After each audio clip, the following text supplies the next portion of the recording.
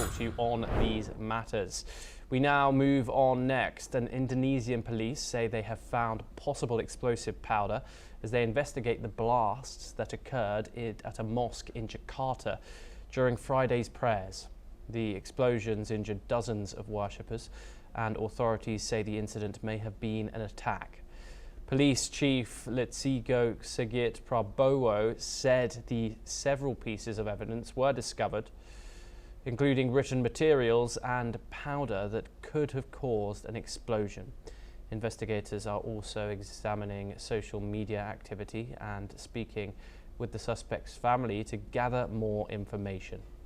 The suspected perpetrator is a 17-year-old student from a school next to the mosque. He underwent surgery after the incident and is now recovering. Police say his improving condition will help the investigation move forward. Okay, Nobel Peace Prize winning American scientist James Watson, one of the co-discoverers of the structure of DNA, has died at the age of 97. Watson's death was confirmed by Cold Spring Harbor Laboratory, which he worked and conducted research for decades before having to resign as its chancellor.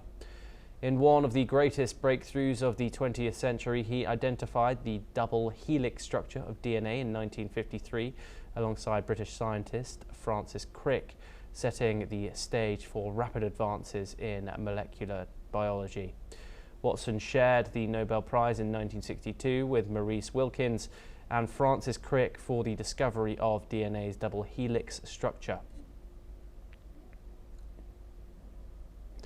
A deadly fire erupted early morning at a perfume warehouse in Dilovasi in northwest Turkey, claiming 6 lives and injuring 1, according to Regional Governor Ilhami Akas.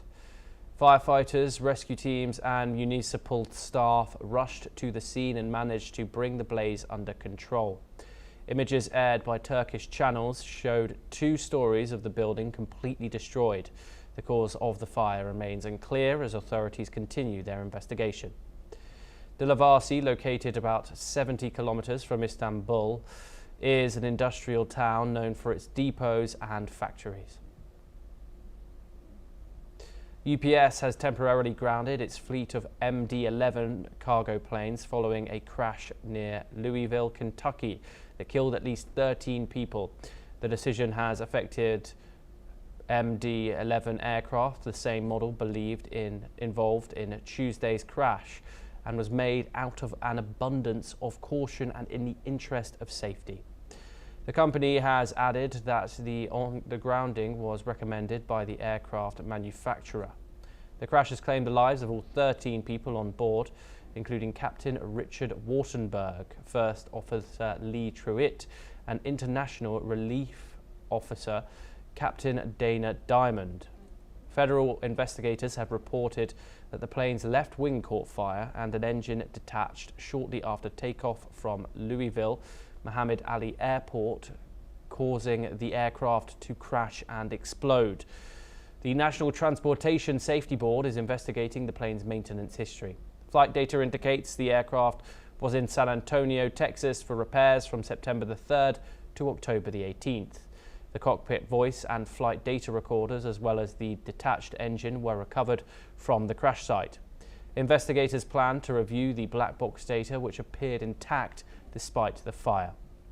UPS expressed condolences to employees and the Louisville community and emphasized its priority is supporting those affected.